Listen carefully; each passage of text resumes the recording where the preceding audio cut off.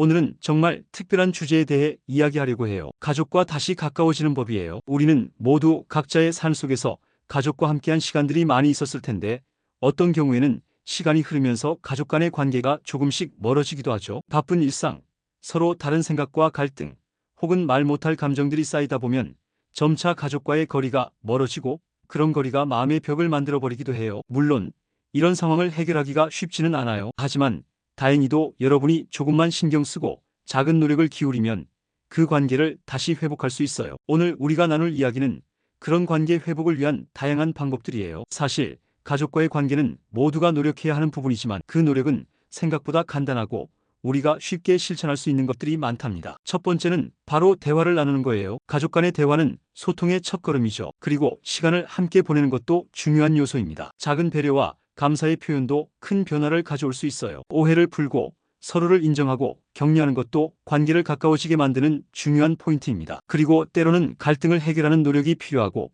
사랑을 표현하는 것도 잊지 말아야 할 일이죠. 이 영상에서 여러분은 가족과의 관계를 회복하는 데 필요한 10가지 방법을 알아보게 될 거예요. 그 방법들이 얼마나 실천 가능한 것들이고 우리 모두에게 도움이 될 수 있는지 알게 될 거예요. 제가 이야기할 때 여러분도 마음속으로 하나씩 떠올리며 가족에게 적용해 보세요. 물론 여러분이 실천하는 과정에서 어려움도 있을 수 있지만 그런 순간에도 포기하지 말고 계속해서 노력하면 결국 여러분의 가족과의 관계는 더욱 돈독해질 거예요. 그럼 지금부터 가족과 다시 가까워지는 10가지 방법을 하나씩 살펴보면서 어떻게 우리의 관계가 더 가까워질 수 있는지 알아볼까요? 첫째, 대화의 중요성 이해하기. 가족 간의 관계에서 대화는 정말 중요한 역할을 합니다. 자주 대화를 나누면 서로의 생각이나 감정을 더 잘 이해할 수 있게 되죠. 대화가 부족하면 오해가 생기고 그 오해가 깊어지면 관계가 멀어질 수밖에 없어요. 예를 들어 부모님과 자녀가 요즘 느끼는 감정을 공유하거나 형제자매와 취미를 이야기하는 것만으로도 서로의 거리가 가까워질 수 있어요. 그런데 대화에서 중요한 건 서로의 말을 진지하게 듣는 태도입니다. 여러분,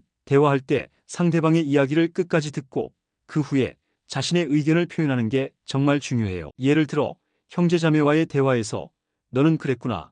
나는 이렇게 생각하는데 왜 그런지 알려줄 수 있어? 라는 식으로 상대방의 입장을 존중하면서 의견을 나누면 대화가 훨씬 더 원활하고 친밀하게 이루어질 수 있어요. 바람직한 방법으로는 대화 중에 상대방의 말을 끊지 말고 끝까지 들은 후 반응하는 게 좋아요. 그리고 대화 중에는 비판하기보다는 서로 이해하려는 태도를 가지는 것이 중요해요. 이렇게 대화를 나누면서 서로의 차이를 이해하고 존중하는 관계로 발전할 수 있습니다. 둘째, 함께하는 시간 만들기. 가족 간의 관계에서 가장 중요한 건 바로 시간을 함께 보내는 거예요. 요즘은 너무 바빠서 가족과 함께하는 시간이 점점 줄어들곤 하죠. 하지만 조금만 신경 쓰면 가족과 함께하는 시간을 충분히 만들 수 있어요. 예를 들어 주말마다 가족과 함께 외식을 하거나 특별한 날에 다 같이 여행을 떠나는 것도 좋은 방법이에요. 작은 실천으로도 가족 간의 유대감은 크게 달라질 수 있어요. 가족끼리 함께하는 시간이 줄어들면 서로에 대한 관심도 점점 줄어들게 되는데요. 가족과 함께하는 활동은 그 관계를 회복할 수 있는 가장 중요한 열쇠예요. 예를 들어 저녁 식사 후 가족이 다 같이 앉아서 서로의 일상을 나누는 시간을 갖거나 함께 영화를 보는 것만으로도 충분해요. 이러한 작은 일상 속에서 가족과의 관계가 더욱 깊어질 수 있습니다. 바람직한 방법으로는 일주일에 최소한 하루라도 가족과 함께 시간을 보내기로 계획하는 것이에요. 그리고 그 시간을 서로에게 온전히 집중할 수 있도록 휴대폰을 내려놓고 대화에 집중하는 것도 좋은 방법이에요. 셋째, 감사하는 마음 표현하기. 가족에게 감사를 표현하는 것도 관계를 개선하는 중요한 방법이에요. 고마워라는 말 한마디가 그 사람에게 큰 힘이 되거든요. 예를 들어 아버지가 매일 아침 일찍 출근하시거나 어머니가 집안일을 맡아 하실 때 그 감사한 마음을 표현하는 것만으로도 가족 간의 관계는 더 가까워질 수 있어요. 특히 자녀가 부모에게 감사하는 마음을 표현하는 것은 정말 중요해요. 부모님은 늘 자녀가 무언가를 당연하게 여기는 경우가 많아서 자녀가 작은 일이라도 고마움을 표현하면 그만큼 부모님도 마음이 따뜻해지죠. 예를 들어 부모님이 당신을 위해 한 작은 일이라도 감사하는 말을 전하는 것만으로도 관계는 개선될 수 있어요. 바람직한 방법으로는 자주 감사를 표현하는 습관을 가지는 것이에요. 가족이 서로 고마움을 자주 표현할수록 그 관계가 더 돈독해지고 친밀감이 쌓이게 됩니다. 넷째, 오해 풀기. 가족 간에는 종종 오해가 생기기도 하죠. 이런 오해가 쌓이면 점점 거리가 멀어지게 되는데 중요한 건 빨리 오해를 풀고 서로 솔직하게 이야기하는 거예요. 예를 들어 자녀가 부모님의 말을 오해했을 때 바로 대화로 풀어보는 것이죠. 서로 마음속에 쌓인 불편함을 털어놓고 차분히 대화를 나누면 오해는 금세 풀릴 수 있어요. 때로는 갈등이 생기거나 말다툼이 있을 때 감정적으로 화를 내기보다는 문제의 본질을 잘 파악하고 상대방의 입장에서 생각하려는 노력이 필요해요. 예를 들어 형제자매가 불편한 상황에서 너가 왜 그렇게 말했는지 모르겠지만 내 입장을 좀 들어주라고 차분히 말하는 것이 중요해요. 바람직한 방법으로는 감정을 가라앉히고 상대방의 입장에서 생각하는 것이에요. 이런 접근이 오해를 풀고 더욱 건강한 관계로 나아가게 만듭니다. 다섯째, 서로를 인정하기. 가족 간의 갈등이 생기면 상대방을 비판하기보다는 서로를 인정하고 존중하는 게 중요해요. 예를 들어 형제자매가 취미나 관심사가 다를 수 있지만 그것을 인정하고 존중하는 것이죠. 서로 다르다는 걸 인정하는 태도가 관계를 더욱 깊게 만들어줘요. 부모님도 자녀에게 권위적으로 대하기보다는 그들의 생각이나 의견을 존중하는 태도를 가지는 게 중요해요. 예를 들어 자녀가 어떤 일을 선택했을 때 그 결정을 존중하고 응원하는 것이죠. 바람직한 방법으로는 상대방의 개성을 존중하고 서로 다름을 인정하는 태도를 갖는 것이에요. 이렇게 하면 가족 간의 갈등을 줄이고 더 친밀한 관계로 발전할 수 있습니다. 여섯째, 소소한 배려 실천하기. 가족 간의 관계는 작은 배려에서부터 시작돼요. 예를 들어 부모님께 간단한 음료를 챙겨드리거나 형제자매에게 마음을 담아 편지를 써보세요. 이런 작은 배려가 쌓이면 그만큼 가족 간의 관계가 깊어져요. 배려는 반드시 큰 일이 아니어도 좋아요. 예를 들어 부모님이 집안일을 하실 때 자녀가 먼저 일손을 돕거나 부모님의 건강을 챙겨주는 것만으로도 충분히 큰 배려가 될 수 있어요. 바람직한 방법으로는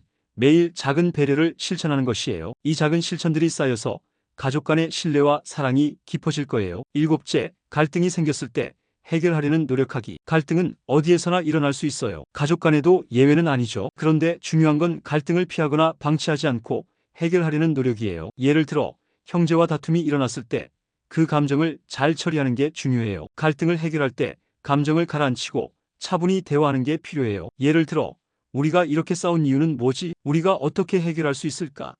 라는 질문을 던지면 갈등이 쉽게 풀리게 돼요. 바람직한 방법으로는 감정을 가라앉히고 서로의 입장을 잘 이해하는 태도를 가지는 것이에요. 갈등을 잘 해결하면 오히려 그 관계가 더 깊어지게 돼요. 여덟째, 서로의 관심사에 관심 갖기. 가족 간의 관계가 가까워지려면 서로의 관심사에 관심을 가지는 것이 필요해요. 예를 들어 자녀가 좋아하는 운동에 함께 참여하거나 부모님이 관심 있는 주제에 대해 대화를 나누는 것이죠. 각각의 가족들이 좋아하는 것들에 대해 이야기를 나누면 그 사람을 더 잘 알게 되고 자연스럽게 관계도 깊어져요. 예를 들어 자녀가 좋아하는 음악이나 영화에 대해 이야기해보거나 부모님과 함께 책을 읽고 나서 의견을 나누는 것도 좋은 방법이에요. 바람직한 방법으로는 가족들의 관심사를 이해하고 그에 맞춰 관심을 보여주는 것이에요. 이렇게 하면 서로의 세계를 존중하고 그만큼 관계도 가까워질 거예요. 아홉째, 인정하고 격려하기. 가족이 서로를 인정하고 격려하는 것도 관계를 좋게 만드는 중요한 방법이에요. 예를 들어 자녀가 성적을 올리면 칭찬하고